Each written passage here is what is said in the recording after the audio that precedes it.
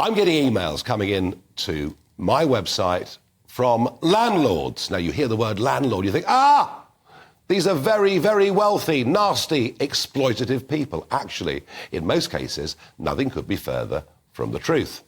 But it would appear this government is now at war with landlords. There is this week going to be a renters' reform bill that comes before Parliament.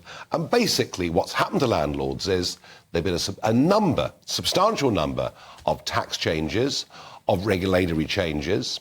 It's going to be very difficult to get rid of tenants that you'd rather weren't in your properties. The tax advantages have all but disappeared. Interest rates, of course, are up if you've borrowed money to buy a house that you're letting. Stamp duty has gone up on second homes. Whichever way you look, it's been tough for landlords. So guess what's happened? Lots of landlords are now simply selling their properties, and those properties are removed from the rental market.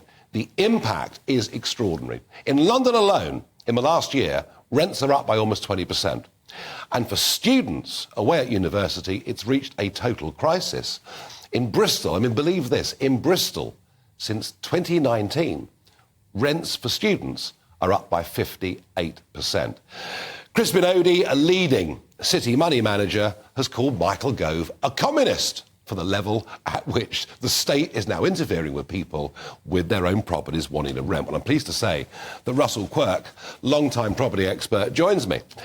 Good evening. There are fewer and fewer houses now on the rental market. Yep, so the latest survey suggests that about 70,000 landlords exited the market just last year.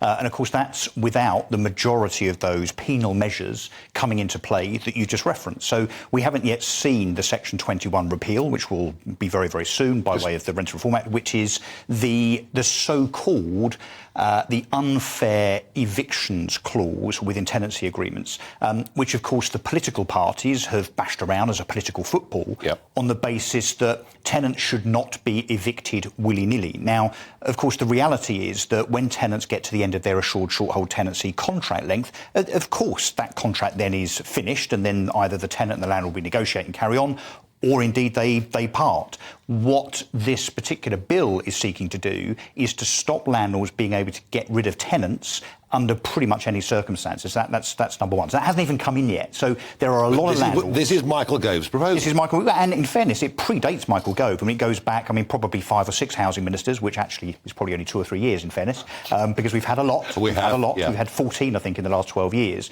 But we've also had capital gains tax changes, literally in the last few weeks, where now, instead of getting your standard capital gains tax allowance as a landlord of £12,300, that was halved and then halved again. So then if you dispose of a property, your allowance is only £3,000.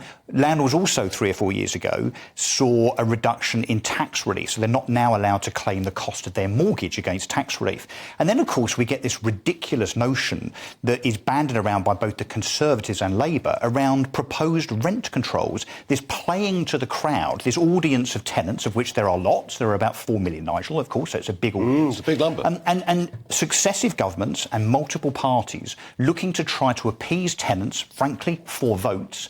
But the unintended consequences of this, so that if you do push landlords out of the sector, as we're indicating, what do we think happens in terms of the supply of those properties? So would it be possible that rents would go up? Well, and you'll have more and more tenants, because house prices have gone up, so therefore tenants can't afford to buy. The population's increasing, whether it be because people are living longer or because, of course, we still have, and I don't want to get you triggered here, but we still have positive net immigration. Huge. So we have huge demand. We're not even building enough houses every year to cope with immigration, let alone... That's the next problem. So the Conservative government has long talked about 300,000 homes as a target.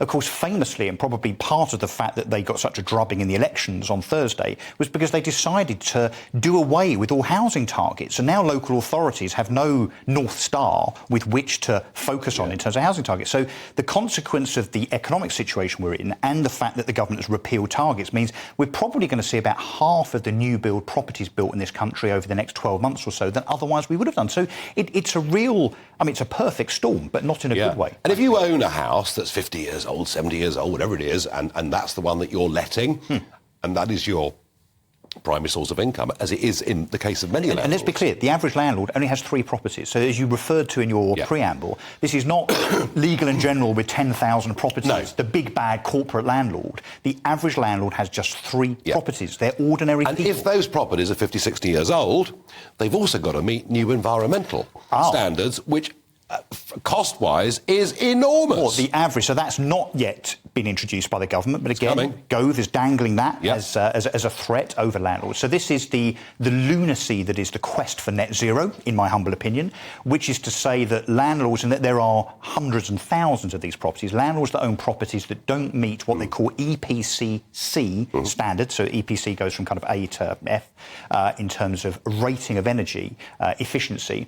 If your tenanted property doesn't meet that particular requirement, you have to pay the remediation cost to get it to that level. The average cost, it's muted, is going to be £10,000 per property. Now, where on earth are ordinary landlords that may have inherited a property, may have big mortgages that have just increased in cost, where are they going to be able to find that money times the 2 or 3 properties that they own, but also then how are they going to justify the business case for owning these properties? Now, a lot of people watching this will say, well, that's great, because all of these landlords will exit the market and all of those properties will come back into the market and therefore first-time buyers can buy them. It's not as simple as that. Those first-time buyers don't have to find big deposits. Mortgage rates, as we know, have increased. So, you know, this is going to be a significant problem. The government's lack of competence, successive governments, not just this one and however many previous ones we've had over recent months and years, the lack of competence in terms of actually building enough homes and letting landlords